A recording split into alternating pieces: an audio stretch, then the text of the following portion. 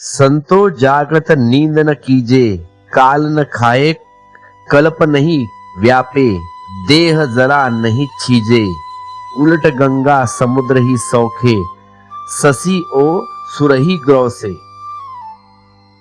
नवग्रह मारिये रोगिया बैठे, जलमह बिंब प्रगासे, संतो जागत नींद न। दो अर्थ है इस वचन में, दोनों ही जरूरी है और समझ लेने योग्य है।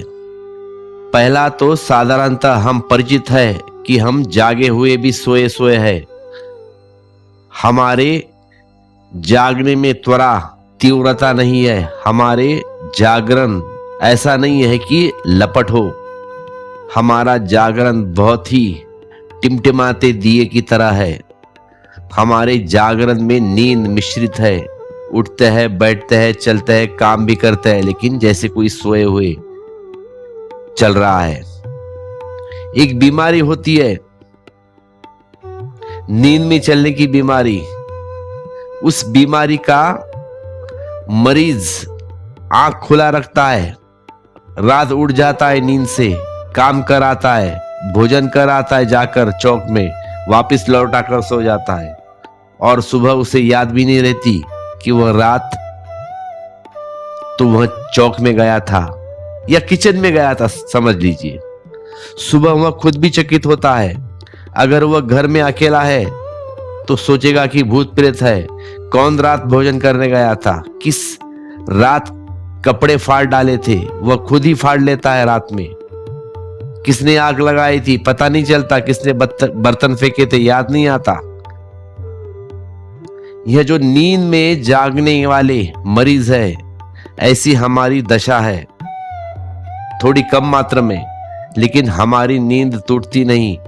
धीमे धीमे नींद हम पर छाया ही रहती है।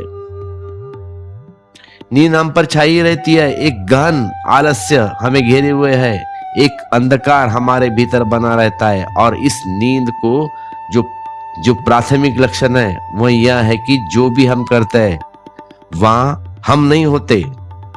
भोजन करते हैं, चलते हैं, उठते हैं यंत्रवत, बस।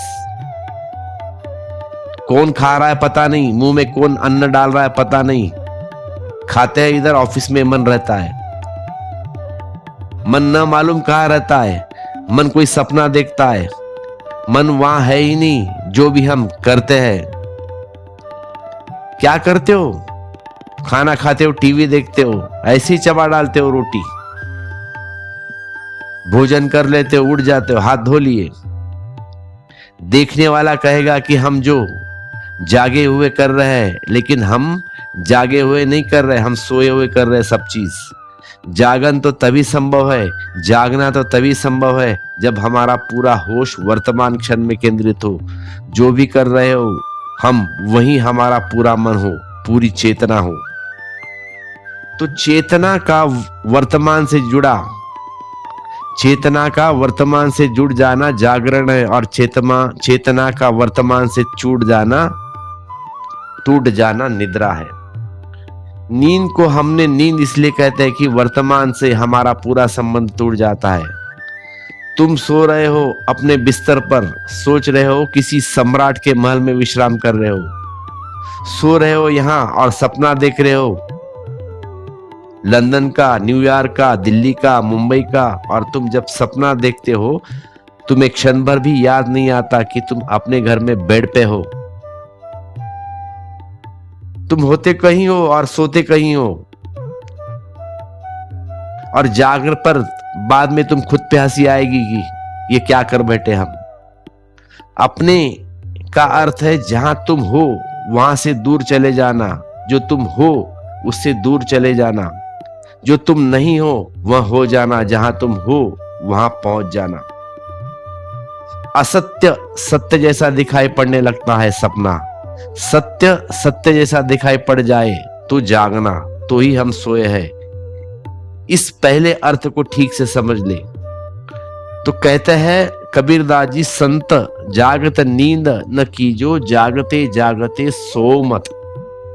संतो जागत नींद कीजे, काल न खाए कल्प नहीं व्यापे, देह जरा नहीं छीजे, उलट गंगा समुद्र ही सौखे, सासी ओ सूरह ग्रो से, संतो जागत नींद न। जब जागते हो तब पूरी तरह जागो। इसका एक परिणाम होगा कि जब तुम सोगे तब तुम पूरी तरह सोगे।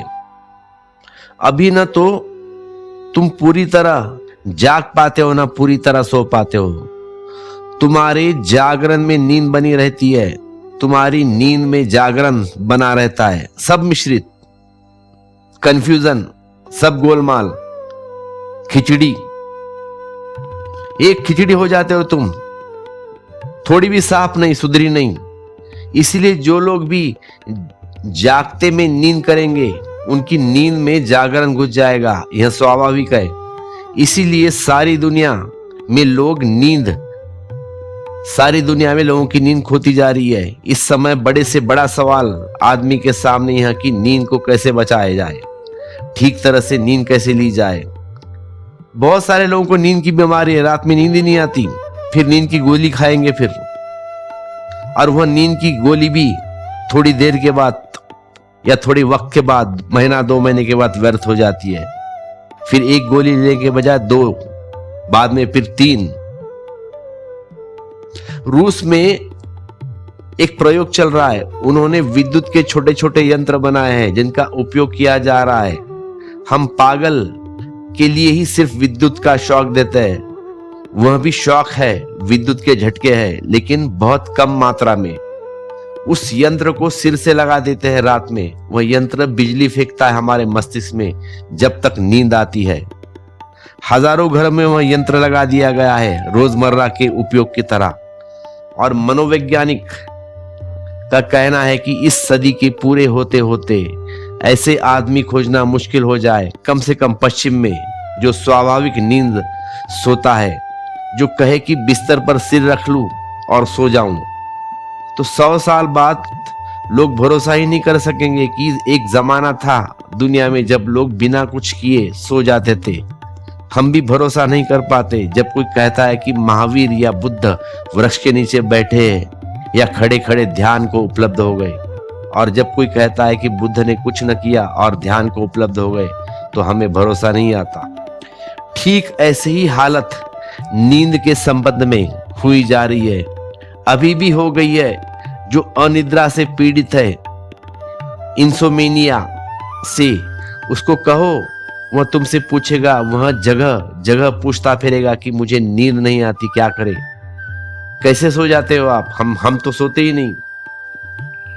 तो तुम कहोगे कि हम कुछ करते नहीं, सोने के लिए कोई उपाय नहीं, विधि भी नहीं है, हम तो सिर्फ सिर रखते हैं तकिए पर और सो जाते हैं। तो वह कहेगा कि जरूर आप झूठ बोलते होंगे, क्योंकि सिर पर तो मैं भी रखता हूं, लेकिन करवट बदलते रहता हूं इधर से उधर, रात भर उठता हूं, रखता हूं, लेकिन नींद नहीं आती। जरूर कोई तरकीब होगी, बताइए मुझे। जरूर कोई षड्यंत्र है मेरे खिलाफ, सारी दुनिया सो रही है और मैं जाग रहा हूं। क्या हो गया है उस आदमी के भीतर जो रात सो नहीं पाता? वह दिन में नींद कर रहा है, जब वह जागा हुआ है तब भी वह नींद कर रहा है, और जब तुम्हारे में नींद चली जाएगी, स्वभावतः तुम्हारी नींद में जागना चला जाएगा। तुम एक घोलमेल हो जाओगे, तुम्हारे जीवन में कुछ भी साफ सुथरा नहीं रहेगा, तुम्हारे प्रेम में घृणा घुस जाएगी, तुम्हारी घृणा में प्रेम घुस जाएगा। तुम मित्र को भी नफरत करोगे, तुम शत्रु को भी प्रेम करोगे, तुम्हारी जिंदगी बेबुझ पहली हो जाएगी। यह तो पहला अर्थ है कि जागते समय तुम जागना, ताकि सोते समय तुम सो सके। रात रात है, दिन दिन है, दिन को पूरी तरह जागना ताकि रात पूरी तरह सो सको। लेकिन कुछ भी तुम्हारी जिंदगी में साफ सुथरा नहीं है। घर आते ही तुम दफ्तर के बारे में सोचते हो, दफ्तर जाते ही घर के बारे में सोचते हो। तुम एक पागल मालूम होते हो। जब दफ्तर गए तो दफ्तर का ही काम पूरा कर लो, ऑफिस गए ऑफिस का ही काम पूरा कर लो, घर आए घर का काम, बच्चों के साथ खेलो, थोड़ा खेलते हो तब खेलो ही, सोते हो तब सो ही, खाते वक्त खाओ। तुम जॉब करते हो तो ऑफिस को घर लेते आते हो, बिजनेस करते हो तो बिजनेस को घर ले आते हो, पत्नी के पास बैठते हो, बीच में तिजोरी रखी है, खाता बही ढेर लगा के रखा है, या लैपटॉप लेके बैठते हो ना खाने के बाद, बेडरूम में खाना हो गया, पत्नी हस्बैंड वाइफ दोनों बैठे हैं बेडरूम में, पलंग के ऊपर उठाया लैपटॉप, काम चालू। कभी पत्नी करती है, कभी पति करता है। फिर से मिलन नहीं पाता, फिर प्रेम नहीं कर पाते, ना पत्नी के साथ ना बच्चों के साथ, ना ठीक से हंस पाते हैं ना खेल पाते हैं। फर्स्ट ऑफिस, बच्चे आसपास खड़े हैं, पत्नी बाजू में खड़ी है, लेकिन ऑफिस तुम जो भी करते हो अधूरा। तो जो अधूरा लटकता रह जाता है, जो हैंगओवर वहां तुम्हारे पीछा करता है। फिर जागा हुआ आदमी हर काम पूरा करता है, पूरे होश से करता है, अपनी समग्र चेतना को दांव पर लगाता है, वह चाहे क्षुद्र से क्षुद्र काम क्यों ना हो। प्यास लगी है और वह पानी क्यों ना पी रहा हो, चाय क्यों ना पी रहा हो, होश में चाय पीता है, होश में पानी पीता है। तुम पीते हो होश में पानी? चाय पीते वक्त भी फोन चालू रहता है, बातचीत। वह बात को वहीं समाप्त कर देता है होश भरा व्यक्ति, वह आगे पीछे कुछ हिसाब किताब बाकी नहीं रखता। वैसा आदमी जागता भी है पूरी तरह और सोता भी है पूरी तरह। वैसा आदमी जीवन में एक प्रगाढ़ शांति फैल जाती है ऐसे व्यक्ति में। उसका कोई भी काम अधूरा नहीं। मौत अगर अभी भी आ जाए तो उससे कहेगा, उठो, आई एम रेडी, मैं तैयार हूं, क्योंकि उससे कुछ बचा नहीं है। जो करना है सब कर चुका, जो भी करना था पूरा कर लिया, पेंडिंग कुछ भी नहीं है। लेकिन अगर मौत आज तुम्हारे द्वार पर आ जाए, तुम तैयार न पाओगे अपने को। तुम कहोगे थोड़ी देर रुको, कल किसी को गाली दी थी उसे क्षमा मांग लूं, कल किसी से उधार लिया था उसे वापस लौट दूं, ना मालूम कल की बात अगर अधूरी रहेगी तो क्या करूं। थोड़े सपने हैं पूरा कर लो, अभी तो थोड़ा वेट करो, थोड़ा समय दे दो हे यम देवता। इसलिए हर आदमी असमय मरता है, सिर्फ जागा हुआ आदमी समय पर मरता है। कभी भी मरो, तुम यह नहीं कह सकोगे कि बुद्ध समय में यह पहले मर गए। बुद्ध समय के पहले कभी करते ही नहीं, क्योंकि हर घड़ी जब मौत आती है, मौत आई समय है। एक छोटी सी कहानी कह दूं। एक अमीर आदमी था, उसने एक बहुत मूल्यवान तोता पाल रखा था और उस तोते का पिंजरा दरवाजे पर लटका के रखा था और उसको बोलना सिखाया था कि जब भी मैं बाहर जाऊं तब तक कहना कि मालिक, हुजूर, मास्टर, जल्दी कीजिए, जल्दी करिए, वैसे भी बहुत देर हो गई है। भाग दौड़ की दुनिया में उसने तोते को भी भगाने की तरकीब सिखाई थी लोगों को। सीढ़ियां उतरता तो वह तोता फौरन कहता कि मालिक जल्दी कीजिए, जल्दी करिए, वैसे ही बहुत देर हो गई। फिर वह अमीर आदमी मरा और जब अर्थी निकाली जा रही थी तब तोता बोला, मालिक जल्दी करिए, वैसे ही बहुत देर हो गई है। अब तोते को क्या पता है कि अब मालिक मर चुका है, लेकिन मालिक मरा जल्दी ही जल्दी करने में, कुछ भी पूरा नहीं कर पाया, हर चीज में भी भागा हुआ था। इधर पूरा नहीं हो पाता कि हम भागते हैं दूसरी चीज पूरी करने को, दूसरी पूरी नहीं होती फिर तीसरी नहीं पूरी होती तो चौथी, पूरी जिंदगी एक भागदौड़ हो जाती है, एक आपाधापी। आखिर में हम पाते कुछ भी तो पूरा नहीं हुआ, सब आधा अधूरा। और ध्यान रखना, अगर तुम्हारे सब काम अधूरे रह गए तो तुम अधूरे रह गए, अगर तुम्हारे सब काम पूरे हो गए तो तुम पूरे हो गए। एक ही पूर्णता है कि सब काम पूरे हो जाए, और एक ही तृप्ति है जब तुम्हारा सब काम पूरा हो जाता है तो उस काम के पूरे होने के बीच एक घन शांति तुम पर छा जाती है, एक शांति से भरा आकाश तुम पर उतर आता है। वह पूर्णता का फुलफिलमेंट का आकाश, वह तृप्ति का, एक संतोष का, सब काम पूरा हो गया। लेकिन तुम्हारे तो सब काम पूरे नहीं होते, तुम्हारे क्षुद्र काम पूरे नहीं होते, वह भी तुम्हारा पीछा करते है। खाते वक्त तुम भागते रहते हो, किसी तरह खा लिया, फटाफट खाते हो ना कभी, नाश्ता विस्टा, ऑफिस जाना है, लेट हुए। अब तो बॉम्बे में सड़क पर भोजन मिलता है, तुरंत खड़े खड़े खा लिए।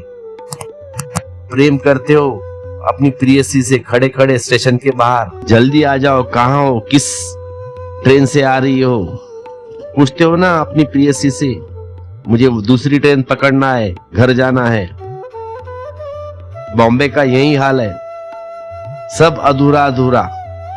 अधूरापन तुम्हारा रोग है। तुम अगर ठीक से स्वाद ले लो भोजन का या प्रेम का तो विचार न आएगा। तुम अगर ठीक से प्रेम किया तो वासना तिरोहित हो जाएगी।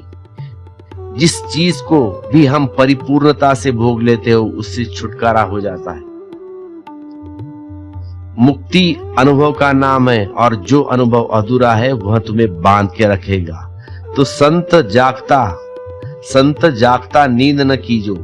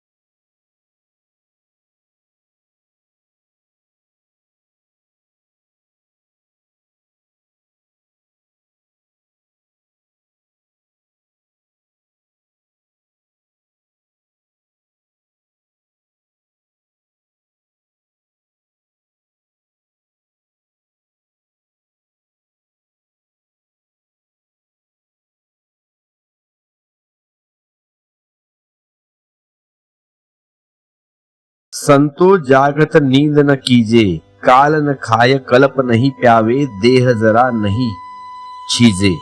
संतो जागत नींद न कीजे, ये जो कबीर का वचन है ना, संत जागत नींद कीजे, इसका पहला अर्थ तो मैंने आपको बता दिया। अब दूसरा अर्थ बताता हूं, सुन लीजिए। लेकिन ये दूसरा अर्थ उन्हीं को समझ में आ सकता है जो ध्यान में गहरे उतरे हैं। ध्यान में एक ऐसी घड़ी आती है, समाधि और सुषुप्ति समान है। जब ध्यान प्रगाढ़ होता है तब वो घड़ी आती है। अब इन दोनों में एक ही फर्क है, सुषुप्ति में गहरी नींद और समाधि में परिपूर्ण जागरण। बाकी सब एक जैसा है। जो लोग ध्यान की गहराई में उतरते हैं उनके ख्याल में आ जाएगी बात। एक ऐसी घड़ी आती है जब ध्यान सघन के करीब आता है, मतलब प्रगाढ़ होने लगता है, तो तुम सुषुप्ति और समाधि के बीच की रेखा पकड़ सकते हो। वहां तुम चाहो तो सो भी सकते हो और तुम चाहो तो जाग भी सकते हो। पतंजलि ने उसके लिए अलग ही नाम खोजा है, वह नाम है योग निद्रा। ठीक जब तुम शांत हो गए, परिपूर्ण शांत हो गए, अभी आनंद नहीं उतरा है। अभी तुम कबीर की तरह नहीं कह सकते कि आनंद भयो रे, अनहद बाजत ढोल रे।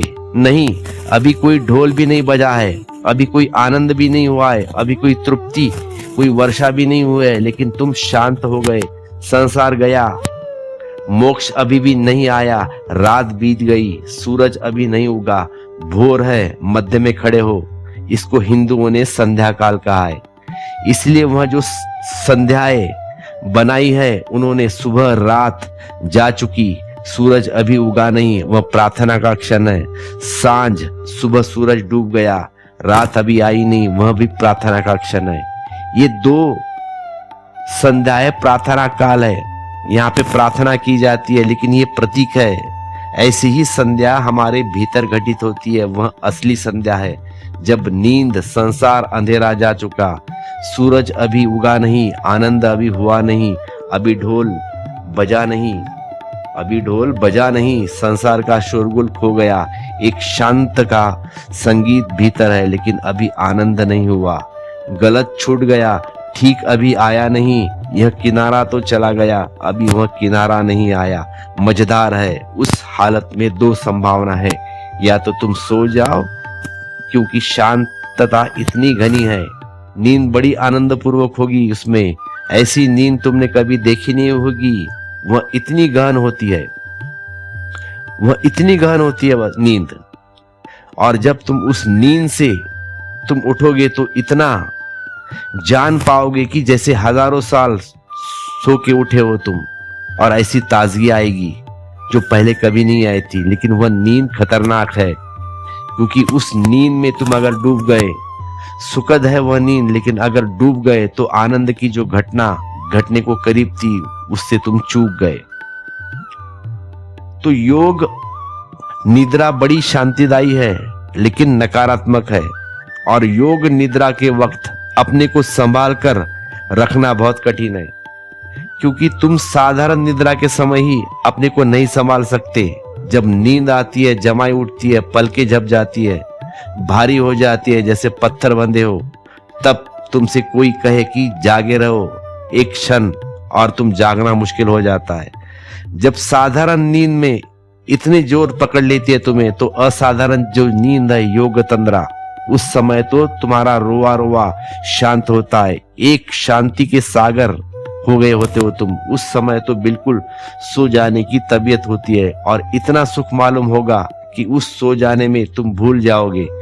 शायद तुम यह भी समझ लो कि यही आनंद है जिसको कबीर और नानक चर्चा करते हैं, जिसकी कबीर और नानक चर्चा करते हैं। बहुत से साधना योग तंत्र तक ही ले जाते हैं, जैसे महेश योगी के ध्यान की विधि बस योग तंत्र वहीं तक ले जाएगी। बस भावातीत ध्यान से वह कहते हैं ट्रांसेंडेंटल मेडिटेशंस, वह योग तंत्र के आगे नहीं जाती।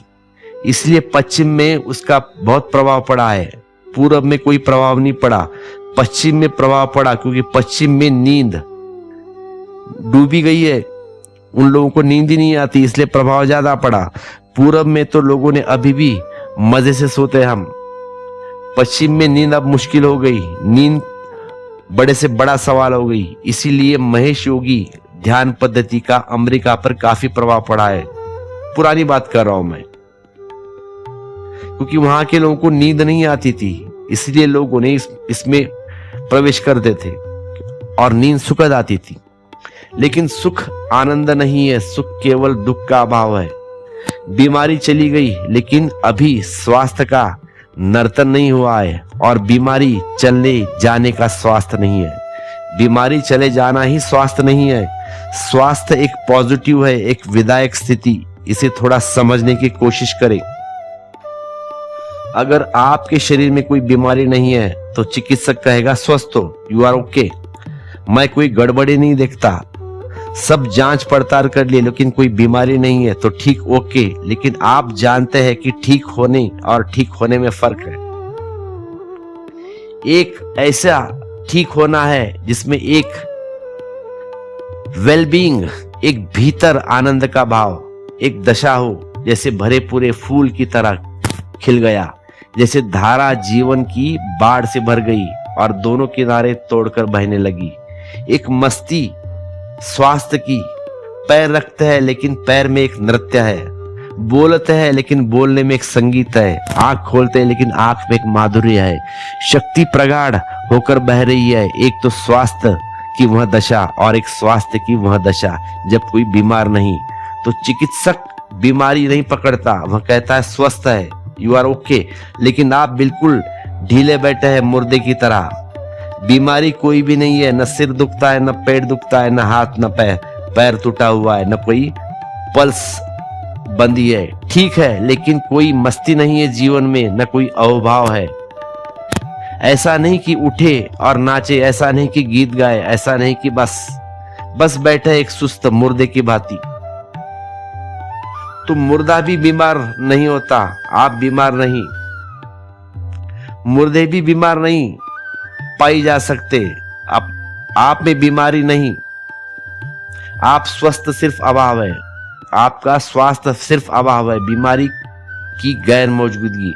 ठीक ऐसी ही घटना योग तंद्रा में घटती है। तनाव खो जाता है, मस्तिष्क का संताप की अवस्था खो जाती है, चिंता मिट जाती है, कोई फिक्र नहीं रह जाती, बड़ी शांति मालूम पड़ती है। लेकिन योग निद्रा समाधि नहीं, बस समाधि के द्वार तक, बस लास्ट स्टेप पे आके तुम खड़े हो गए, फिर उसके आगे यात्रा। इसीलिए कबीर कहते हैं कि संतो जागत नींद कीजिए। वे साधुओं से बोल रहे, सन्यासियों से बोल रहे, इसलिए मैं भी कबीर पर इतने दिन तक नहीं बोला। कबीर बहुत ही अलग आदमी है। जो ध्यान कर रहे हैं उनके लिए कबीर ठीक है। अभी इस बात पे जो ध्यान में गहरे हैं उन्होंने ख्याल में बात आएगी कि यह भीतरी अनुभव है, जब शांति हो जाती है सुख मिलता है। इतना काफी नहीं है, रुक मत जाना, अभी मंजिल नहीं आई, अभी पड़ाव नहीं आया, आगे जाना है। तो योग तंद्रा सुखद है, लेकिन वह बुद्धत्व नहीं, वह अस्वस्थ नहीं। संस्कार की विकृति छूट गई, लेकिन अभी परमात्मा का स्वाद नहीं आया, व्यर्थ घट गया, सार्थक आने का है। उस वक्त अगर झपकी लग गई तो चूक गए, फिर वापस संसार में आ गए, फिर वही किनारा, दूसरा किनारा हट गया। संतो जागत नींद न कीजे, काल न खाए, काल पर नहीं व्यापे, देह जरा नहीं छीजे। उलट गंगा समुद्र ही सोखे, शशि और सूरज ग्रोसे। नवग्रह मारिये रोगिये बैठे, जलमह बिंब प्रगासे। संतो जागत नींद न कीजे, काल खाए काल पर नहीं व्यापे, देह जरा नहीं छीजे। उलट गंगा समुद्र ही सोखे, शशि और सूर ही ग्रासे। नवग्रह मारिये रोगिया बैठे, जलमह बिंब प्रगासे। बिनु चरणन को दहा दिस धावे, बिनु लोचन जग सुझे। सैसे उलटी सिंह कह गौर से, ई अजरज को बुझे। कबीर के वचनों में एक विशिष्ट सूत्र है, उसे समझ ले, फिर ये वचन आपको ख्याल में आ जाएंगे। उस विशिष्ट सूत्र का नाम है उलटबासी। अब उलटबासी का अर्थ है उल्टे वचन। जैसे कोई बांसुरी बजा रहा, तो एक ऐसा वक्त आता है या आ जाएगा कि बजाने वाला बांसुरी हो जाएगा और बांसुरी बजाने वाले हो जाएगी। उल्टा, यह उल्टा हो जाएगा, बांसुरी बजाने वाला को बजाने लगे, ए बी हो जाएगा, बी ए हो जाएगा। उलटबासी का अर्थ होता है कि बांसुरी बजाने वाले को बजाने लगी। ऐसी घड़ी आती है, एक ऐसी घड़ी आती है जब जीवन सब भिन्न हो जाता है। उसे थोड़ा समझ ले तो ये वचन आपको समझ में आएंगे कबीर के, क्योंकि ये वचन प्रतिकारात्मक है और पहेलियों से जैसे है, पहेली जैसे हमें लगती है। समझे, आप श्वास लेते हैं, श्वास भीतर जाती है, बाहर आती है। आप सोचते हैं कि मैं श्वास लेने वाला हूं, लेकिन कभी आपने इस पर विचार किया है कि अगर आप श्वास लेने वाले हैं तब तो आप मर ही नहीं सकेंगे, क्योंकि आप जब तक लेना चाहेंगे लेते रहेंगे। सांस रुकती है, तुम खो जाओगे। सांस रुकी, तुम खो गए। तुम बचोगे ही नहीं जो कि सांस को फिर से ले सके। सांस का बंद हो जाना, तुम्हारा समाप्त हो जाना, तुम्हारा मर जाना। अगर तुम एक क्षण भी बच सको सांस के बाद तो तुम फिर से ले सकते हो, लेकिन तुम बचते ही नहीं। तब श्वास तुम हो, वह तुम्हारा प्राण है। इधर खोई सांस, उधर तुम गए, मर गए। एक क्षण का भी तो मौत न मिलेगा कि सांस खो गई, तुम्हें पता चले कि सांस खो गई। इधर सांस खो गई, तुम मर गए, तुम्हें पता नहीं चलेगा कि सांस खो गई, तुम फिर से ले लेते हो, इसलिए तुम्हें पता नहीं चलता। कोई भीतर रहेगा ही नहीं जिसकी सांस की खबर लगे कि सांस आ रही है, जा रही है, सांस बंद हो गई। यह दूसरे को पता चलेगा कि तुम मर गए हो, घर के लोगों को पता चलेगा, पास पड़ोसी को पता चलेगा, फिर रोने लगे, चिल्लाने लगे कि इसकी सांस रुक गई, ये आदमी गया। लेकिन तुम्हें पता नहीं चलता। तुम्हें पता चलता तो तुम सांस रुकने ही नहीं देते, ले जाते, फिर लेते रहते। अगर सांस की बात को ठीक से समझ लो तो तुम समझ में आ जाएगा कि तुम ले ही नहीं रहे हो, सांस घट रही है। तुम लेने वाले नहीं, तुम करता नहीं हो। तब एक दूसरी दृष्टि, उसको कबीर कहते हैं कि तुम यह बात ही छोड़ दो कि तुम सांस ले रहे हो, सांस तुम्हें ले रही है। तुम संसार में जी रहे हो ऐसा नहीं, संसार तुम में भी जी रहा है। तुम जीवित हो, यह बात ही गलत है। परमात्मा जीवित है, वही तुम में श्वास ले रहा है। तब तो उल्टी बासी हो गई बात कि सांस लेने वाला नहीं, बल्कि सांस तुम्हारा जीवन है। इससे तुम ख्याल में आ सकेगा जो मैं क्या कह रहा हूं। तो मनोवैज्ञानिक एक छोटी सी तरकीब का प्रयोग करता है जिसे वे गेस्टाल्ट कहते हैं।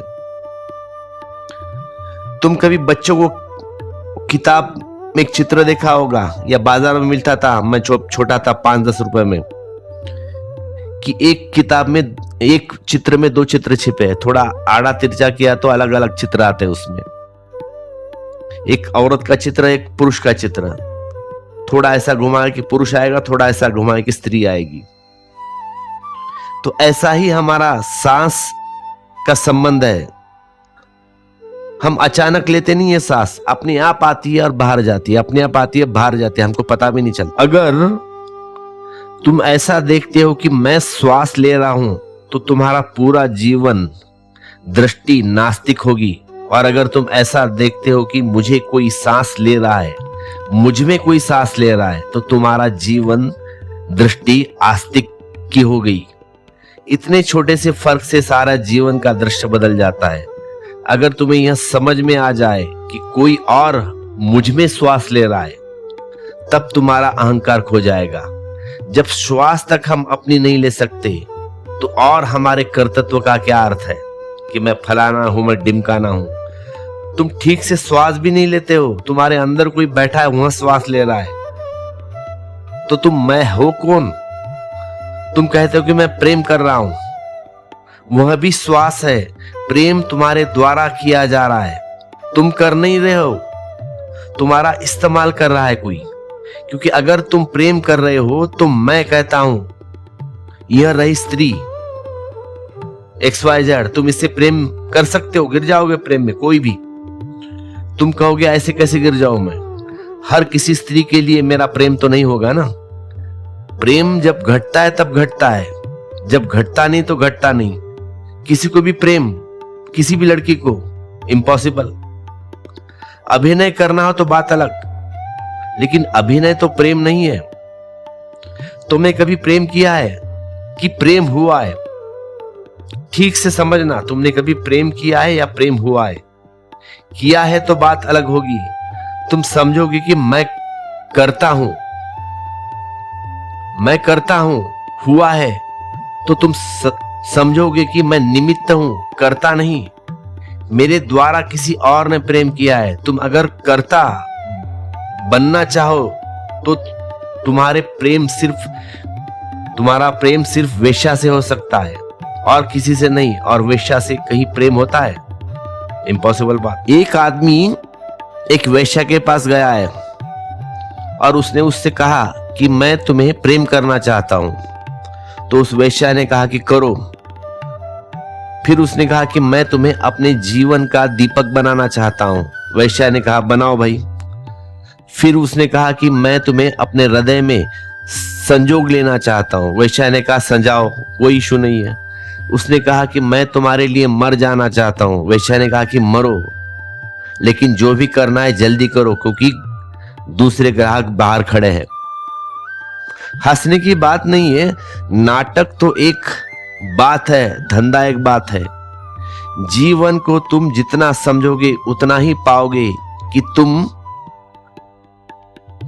करता नहीं हो, घटनाएं घट रही है, हैपनिंग्स है। प्रेम उतरता है, हो जाता है। इसलिए तो बड़ी मुसीबत है प्रेम के साथ।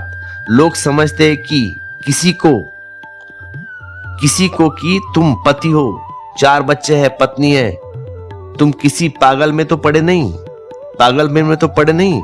पति को भी समझ में आता है कि बात सीधी है, साफ है, 4 बच्चे हैं, पत्नी है और किसी के प्रेम में पड़ गए। ना समझ हो, होश संभालो। शादीशुदा हो, पति भी होश संभाला है, कोशिश करता है और पत्नी भी करती है, लेकिन वह कहता है कि क्या करूं, हो गया।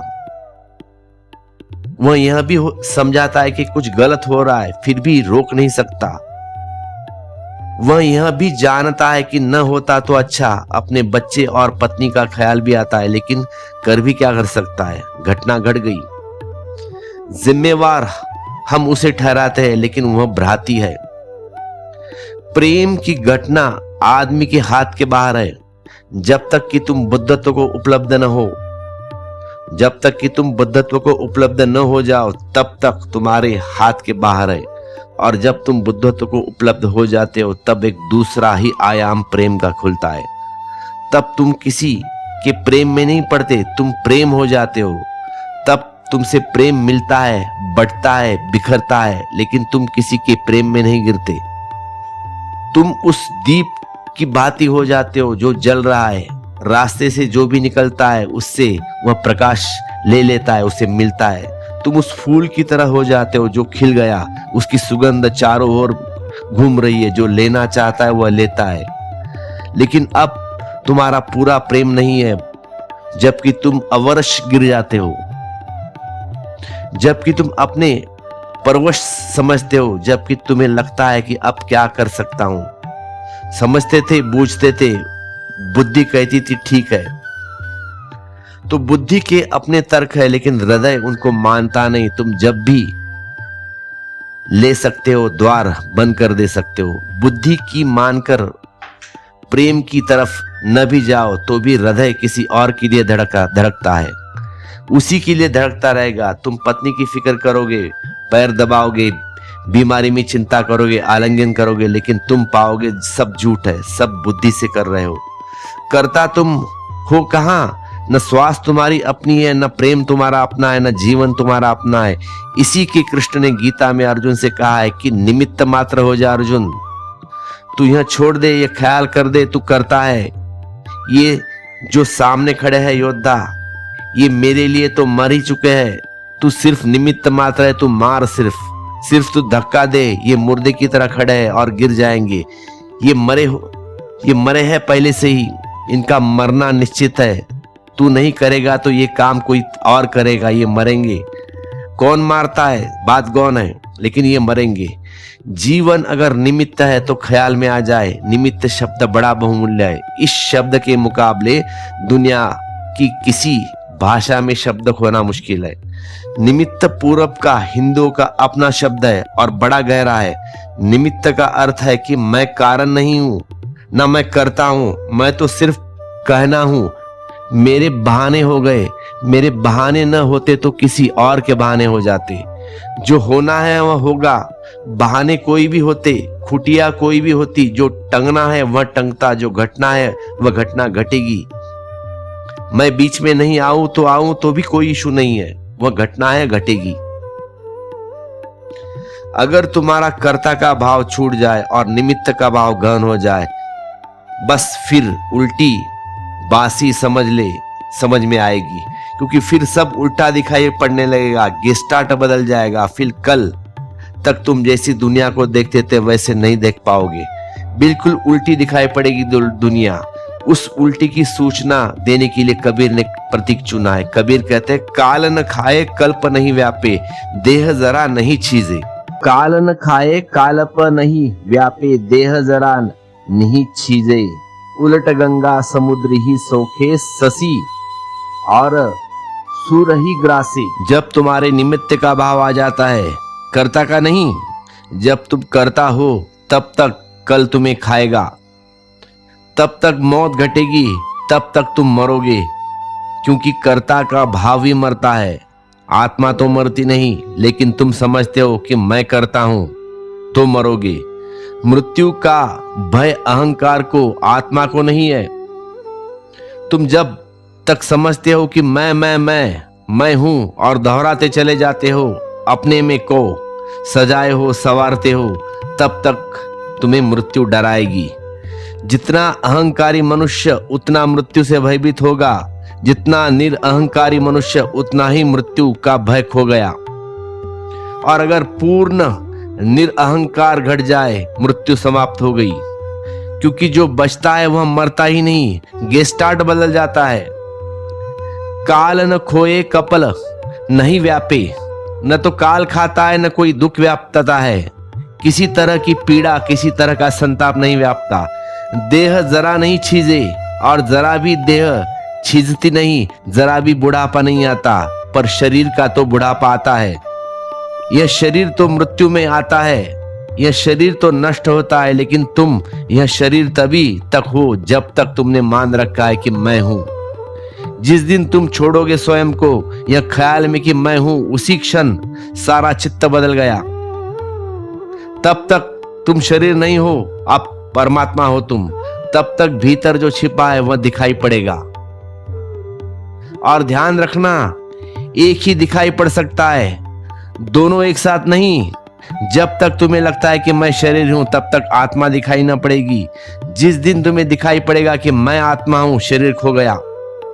इसीलिए तो ज्ञानियों ने कहा है कि संसार माया है, क्योंकि जैसे ही ब्रह्म दिखाई पड़ता है, संसार दिखाई नहीं पड़ता, और जब तक संसार दिखाई पड़ता है, ब्रह्म दिखाई नहीं पड़ता। गेस्टाल्ट है, एक ही दिखाई पड़ सकता है। क्षमता तुम्हारी एक ही हो जाने के लिए है, दो नहीं, इम्पॉसिबल। इसलिए कबीर कहते हैं, काल न खाए कलपत नहीं व्यापे, देह जरा नहीं छीजे। उलट गंगा समुद्री ही सोखे, और हालत बिल्कुल उल्टी हो जाती है। हम तो ऐसे देखते हैं कि गंगा सागर में गिर रही है, और कबीर कहते हैं कि सागर गंगा में गिर रहा है। कबीर के दोनों वचन एक वचन है, हेरत हेरत है सखी, राया कबीर हेराई, बूंद समानी समुंदर में सो कते हेर जाई।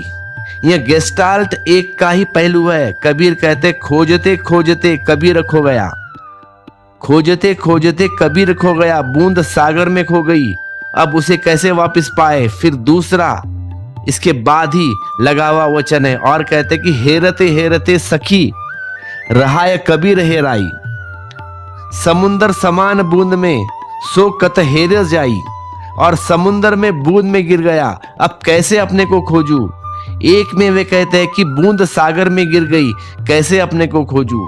और दूसरे में कहते हैं कि सागर बूंद में गिर गया, कैसे अपने को खोजूं। बस ये दो पहलू है। जब तक तुम अपने को मान रहे हो कि मैं हूं, तब तक तुम सागर से डरोगे, क्योंकि बूंद सागर में खोएगी, फिर उसका क्या पता चलेगा। एक बार गिर गई, खत्म, उसका लाइफ खत्म हो गया। जिस दिन तुम जानोगे कि मैं नहीं हूं, उस दिन सागर तुम में खोएगा। बात एक ही है, बूंद सागर में खो गई या सागर बूंद में खो गया, घटना एक ही घट गई, लेकिन दृष्टि बड़ी अलग है। जब तुम खोते हो सागर में तब घबराते हो, और जब सागर तुम में खो जाएगा तब तुम घबराते नहीं। तुम सोचोगे मेरी संपदा बढ़ती है। जब तक तुम परमात्मा में खोओगे तब तुम डरोगे, और जब परमात्मा तुम में खोएगा तब तुम आनंद से नाच उठोगे जैसे मीरा नाची है। परमात्मा के संबंध में भी तुम्हारा मन में भय है, क्योंकि तुम्हें लगता है कि हम खो जाएंगे, हमारा अस्तित्व नहीं बचेगा, हमारा आइडेंटिटी, हमारी तादात्म्यता क्या क्या होगा, मैं कहाँ जाऊंगा, हमारा नाम पता ठिकाना सब खो गया, खो ही जाएगा। तो ऐसा परमात्मा को पाकर क्या करें? हम किसी को बोल भी नहीं सकते कि परमात्मा को हमने पा लिया। आइडेंटिटी जहां पे गई, जहां मैं खो जाएगा। लेकिन दूसरा पहलू जो कि सत्य के ज्यादा करीब है, तुम परमात्मा में नहीं खोते हो, परमात्मा तुम में खोता है। तुम मिटते नहीं, तुम विराट हो जाते हो, बूंद सागर हो जाती है। तो कबीर कहते हैं, उल्टी गंगा समुद्री सोखे, शशि और सुरह ग्रासे।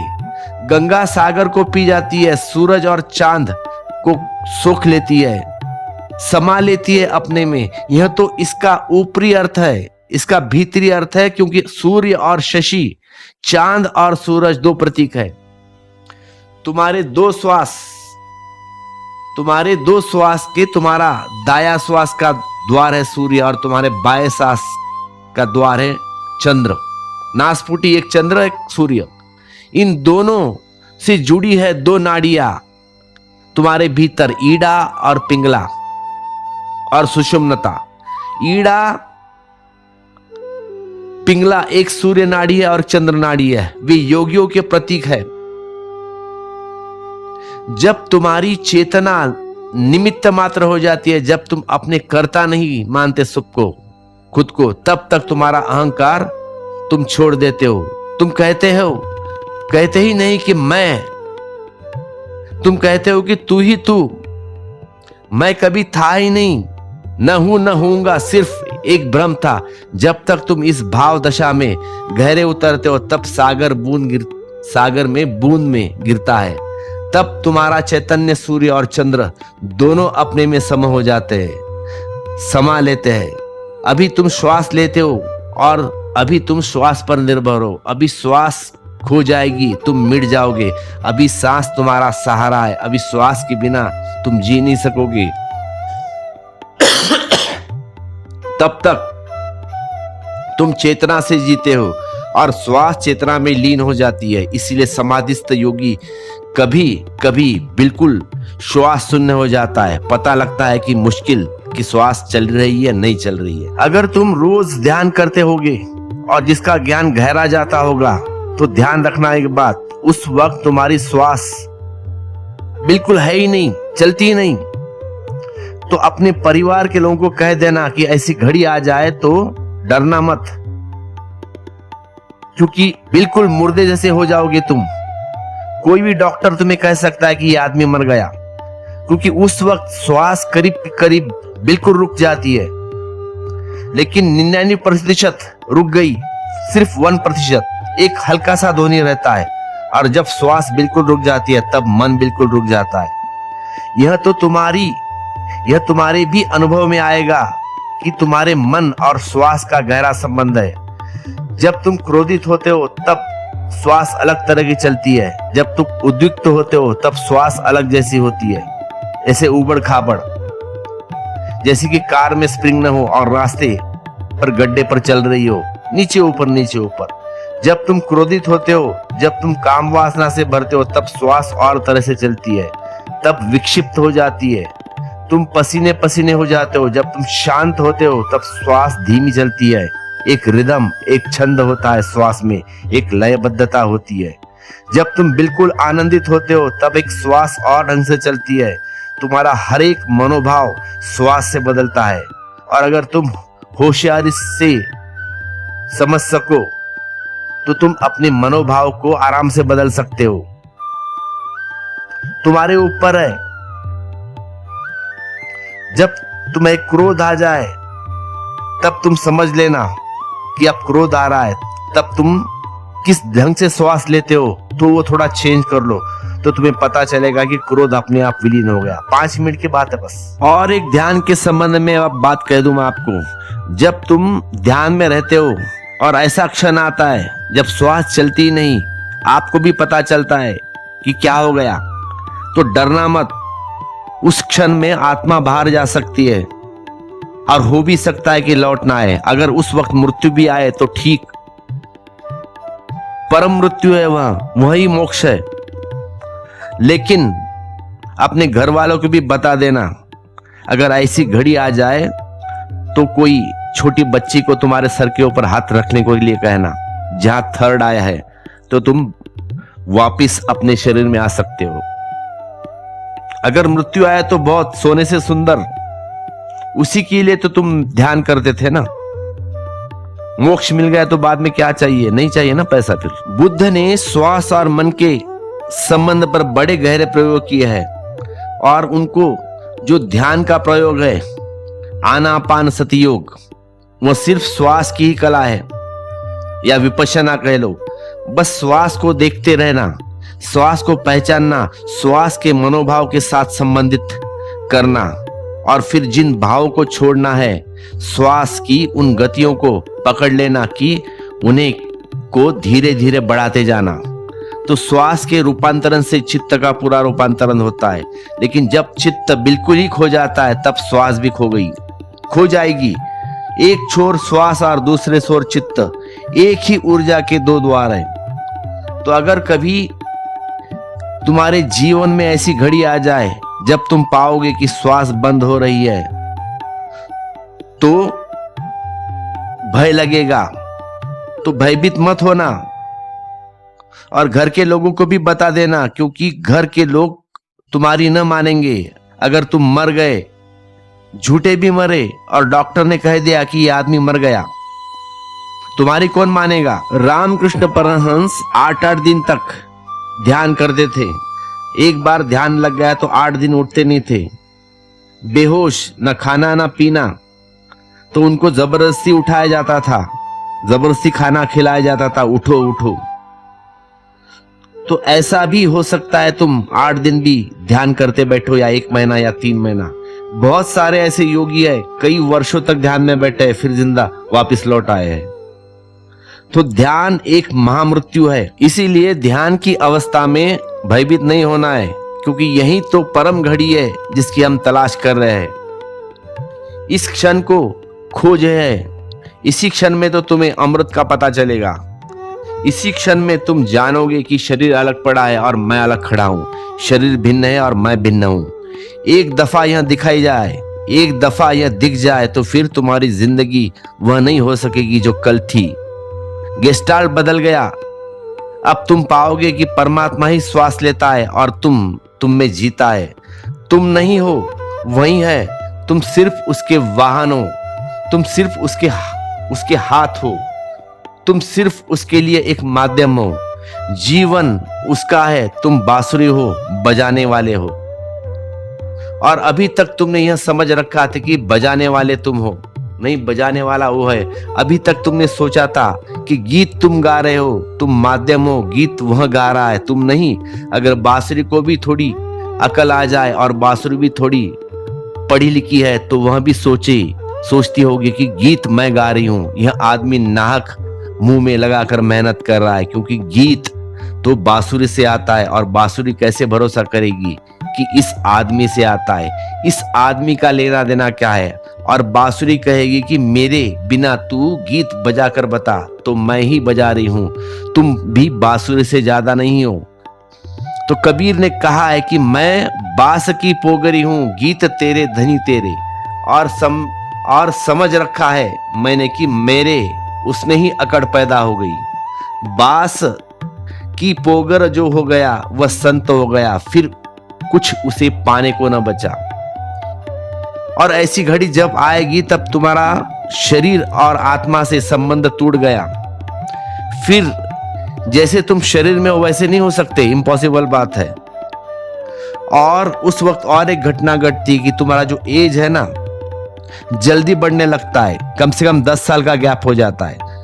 समझो आज तुम 50 साल के हो, और जैसे ही तुम्हें समाधि घटित होती है तब तुम 60 साल के दिखोगे। तुरंत नहीं, धीरे धीरे 10 साल का गैप हो जाएगा। और दूसरी बात, फिर तुम नहीं कह सकोगे कि मैं हूं।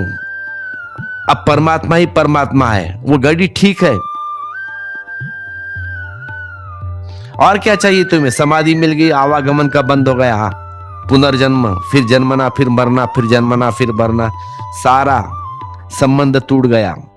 उतना ही होने वाला, बाकी कुछ नहीं। और वह आनंद का क्षण है।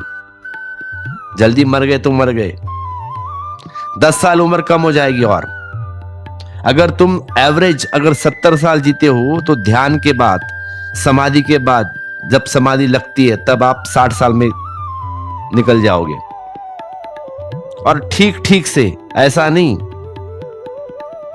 कि कोई बड़ी बीमारी हो गई ऐसा वैसा, ठीक ठाक। चेतना, आत्मा अपने आप निकल जाएगी जहां जो चक्र तुम्हारा शुरू है उससे।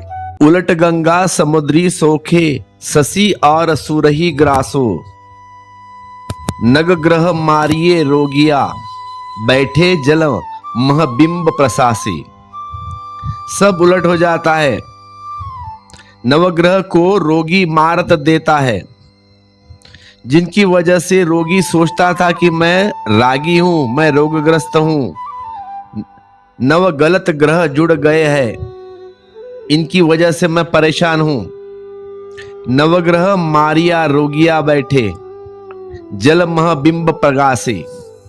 और अब उल्टा हो जाता है, पानी के भीतर आग आ जाती है, जल में बिंब प्रकट हो जाता है, प्रकाश हो जाता है।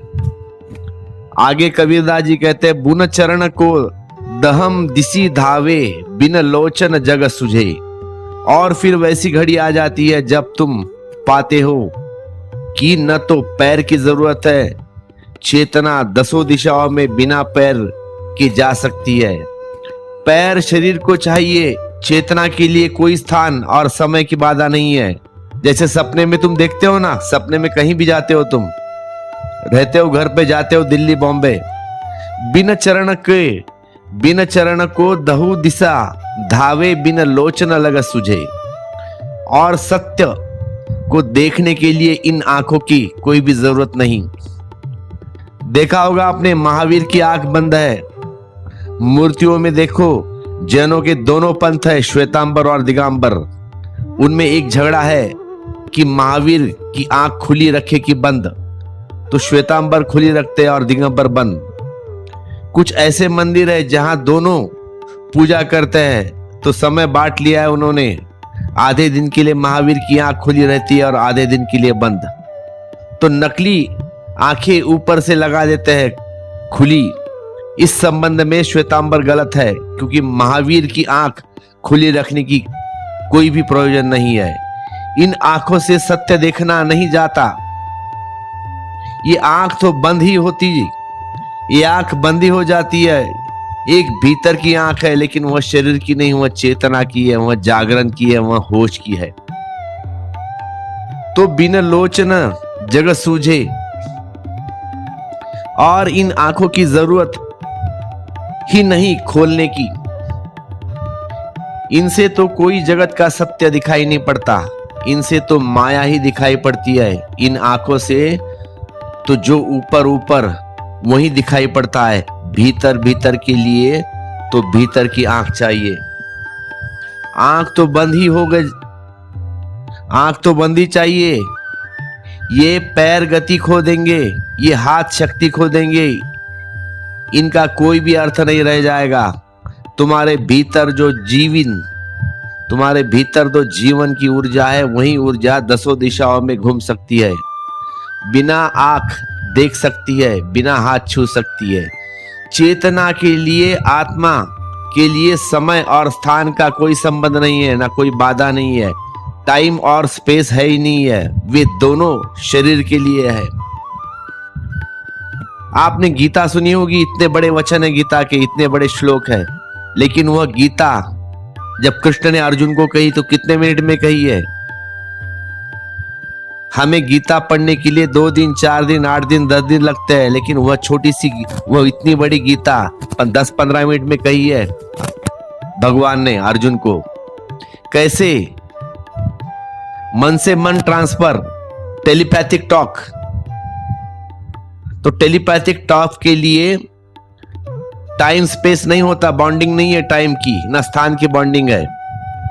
बुद्ध से किसी ने पूछा है कि जब आप देह को छोड़ देंगे तो कहां होंगे, तो बुद्ध ने कहा या तो सब जगह या कभी भी नहीं, क्योंकि शरीर कहीं होता है स्थान में, समय में। आत्मा के लिए न तो स्थान है ना समय है।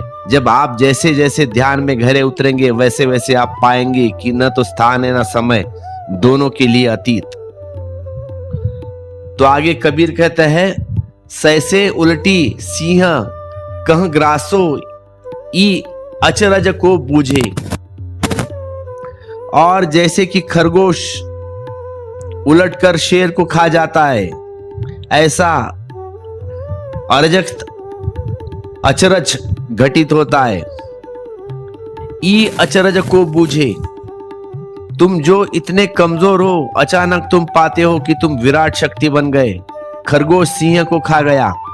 तुम जो इतने दिनहीन हो, तुम इतने दिनहीन हो, तुम जो जीवन भर भिखारी की तरह जीते हो, मांग कर ही जीते हो, अचानक पाते हो कि तुम मालिक हो गए, सम्राट हो गए।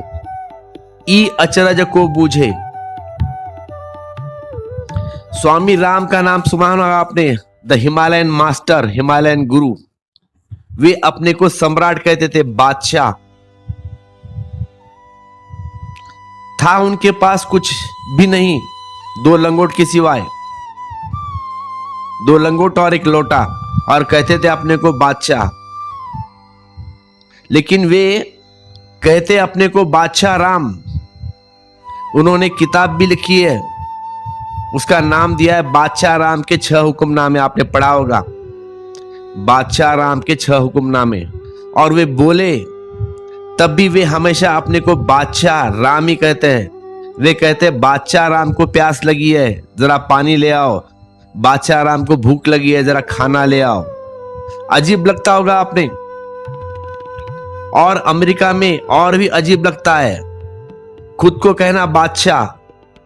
खुद अमेरिका का प्रेसिडेंट उनसे मिलने आया था और उसने कहा कि और सब तो ठीक है, लेकिन मेरे समझ में नहीं आता कि आप अपने को बादशाह क्यों कहते हैं, हालांकि आपके पास कुछ भी नहीं है। कैसे है आप बादशाह? तो स्वामी राम ने कहा इसलिए हम बादशाह है क्योंकि हमारी कोई मांग नहीं, ना हमारी कोई जरूरत है, हम पूरे हैं अपने में। तुम्हारा अमीर से अमीर आदमी भी गरीब है क्योंकि उसके पास मांग है, अभी हमारे पास कोई मांग नहीं। फकीर हुआ एक सूफी जुनेद। एक सम्राट आया है, सम्राट था तो कोई 10,000 स्वर्ण अशरफिया लेकर उसके चरणों में रखा है जुनेद के। तो जुनेद ने पूछा कि तुम्हारे पास काफी है ना, और तो तुम्हारी कोई मांग नहीं, तुम और तो नहीं चाहते?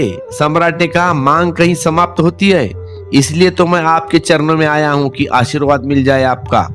तो जुनेद ने कहा है कि ये जो अशरफिया है तुम ले जाओ, ये जो अशरफिया है तुम ले आए हो 10,000 वापिस ले जाओ, क्योंकि इनके कारण तुम गरीब हो जाओगे और हमारे सम्राट होने में कोई फर्क न पड़ेगा। हमें कुछ बढ़ती न होगी इसमें, क्योंकि हम वैसे ही पूरे हैं। घड़ा पहले से ही भरा है, लेकिन तुम थोड़े खाली है, तुम थोड़े खाली हो जाओगे, तुम अभी भी गरीब हो, तुम ये ले जाओ वापिस। तो जुनेद गरीब आदमी था, नहीं कुछ उसके पास था। यह किसी तरह का स्वामित्व है, यह किसी तरह की मालकियत है, जैसे राम की थी, स्वामी राम की, ऐसे ही जुनेद की है। तो कबीर कहते हैं ससे उल्टे सिंह कह ग्रासे ई अराजक का बूझे। जो बिल्कुल दीनहीन था, अचानक गेस्टाल्ट बदल गया। ध्यान बदलते ही शरीर से ध्यान हटा, भीतर गया, मालिक हो गया। जो कमजोर था वह महाशक्तिशाली हो गया, जो अज्ञानी था वह परम ज्ञानी हो गया, जो बंधा था वह मुक्त हो गया। ई अचरज को बूझे। जो रो रहा था क्षुद्र के लिए, तड़प रहा था, वह आनंद से नाचने लगा, वह परमात्मा हो गया। ई अचरज को बूझे। कबीर कह रहे कि तुम्हारे भीतर दोनों छिपे हैं। दरिद्री तुम तब तक रहोगे जब तक वासना है, दरिद्री तुम तब तक रहोगे जब तक कर्ता का भाव है।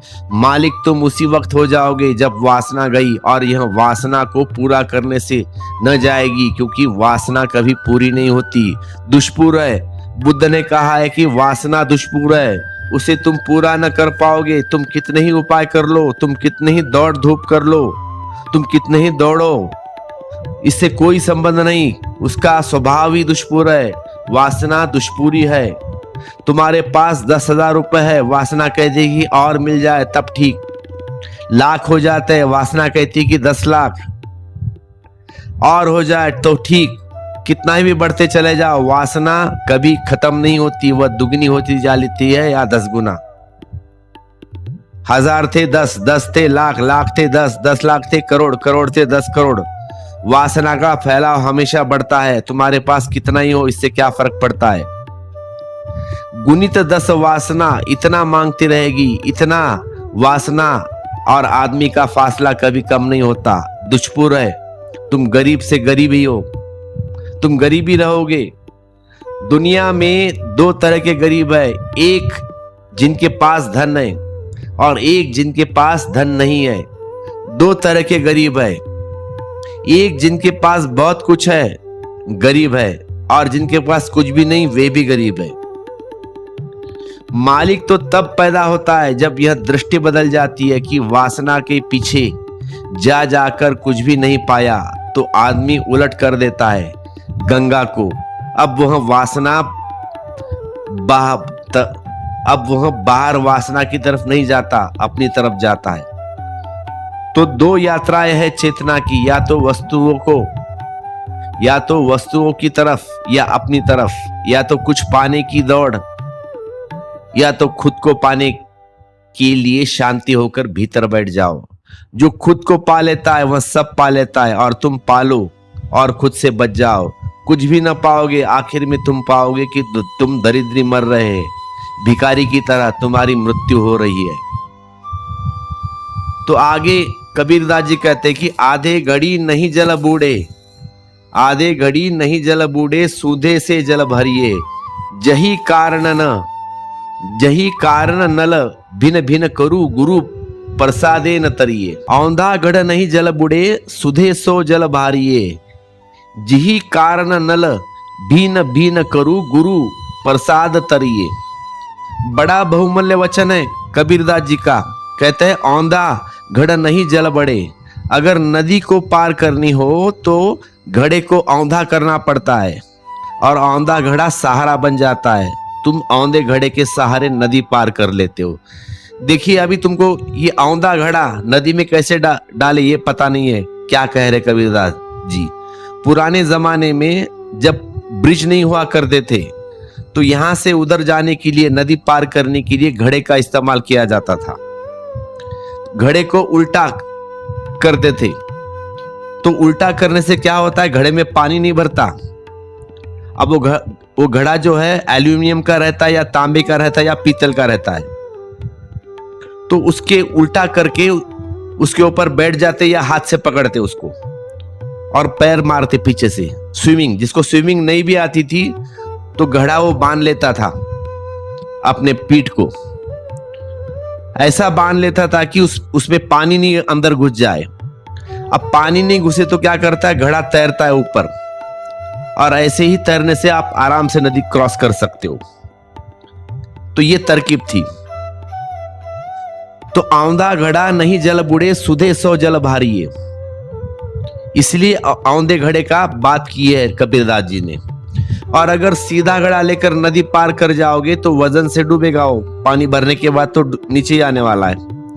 औंधे घड़े में पानी नहीं भरता, सीधे घड़े में पानी भरता है। तुम जैसे हो अभी डूब रहे हो, जरूर घड़ा तुमने सीधा कर रखा है।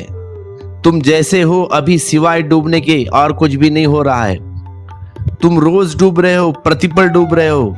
एक बात साफ है कि तुम्हारे डूबने से पता चलता है तुम्हारा दुख कम नहीं होता, बढ़ता है। कल था उससे और ज्यादा होता है। हालांकि कल तुमने सोचा था कि कल कम होगा, वह सुबह कभी तो आएगी, ये गाना है ना गुरुदत्त का, वो सुबह कभी तो आएगी। वो सुबह कभी नहीं आती, मौत आती है। कल तुम्हारी चिंता थी, आज ज्यादा है, और रोज बढ़ती चली जाती है, कम नहीं होती।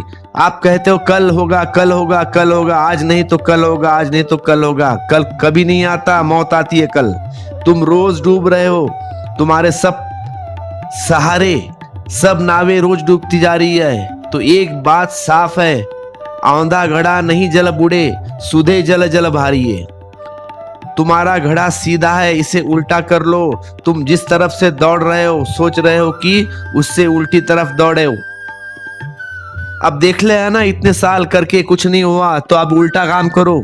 तुम जो कर रहे हो, सोच रहे हो, उससे उल्टा करो, उल्टा सोचो। अभी अहंकार है तो निरअहंकार की यात्रा बनाओ, अभी विचार है तो निर्विचार की यात्रा बनाओ, अभी वासना है तो निर्वासन को यात्रा बनाओ। तो औंधा घड़ नहीं जल बड़े, सूंदे सो जल भारिये। जी कारण नल भीन भीन करू, गुरु प्रसादे न तारिये। और जो लोग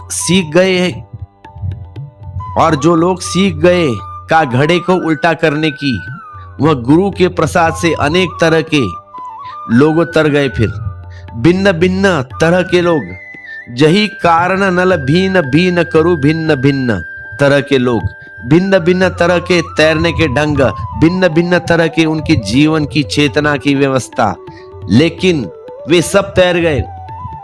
सार की बात एक है, औंधा घड़ा नहीं जल बुड़े, सुधे जो जल भारिये। गुरु प्रसादे तरिये। गुरु के प्रसाद से तैरता है वह।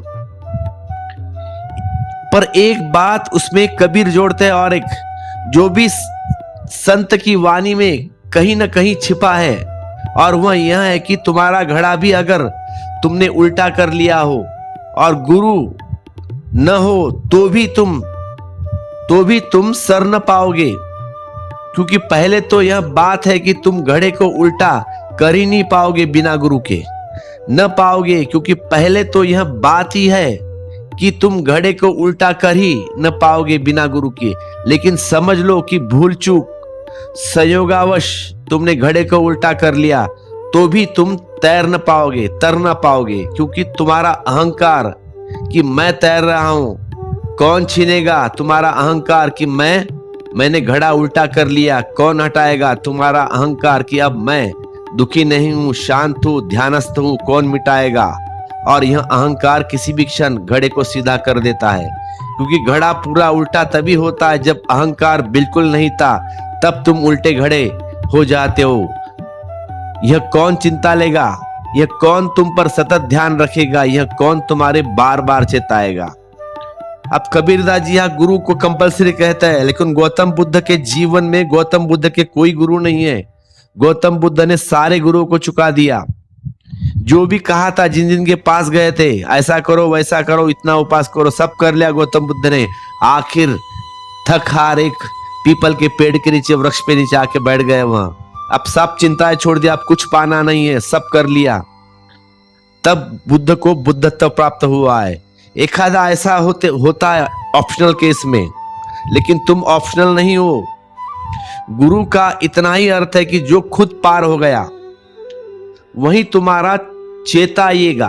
अगर 2 लोग यात्रा पर गए हो, जंगल हो, घना खतरा हो, तो क्या करता है? यह हरकत है कि पालज से जागते हैं,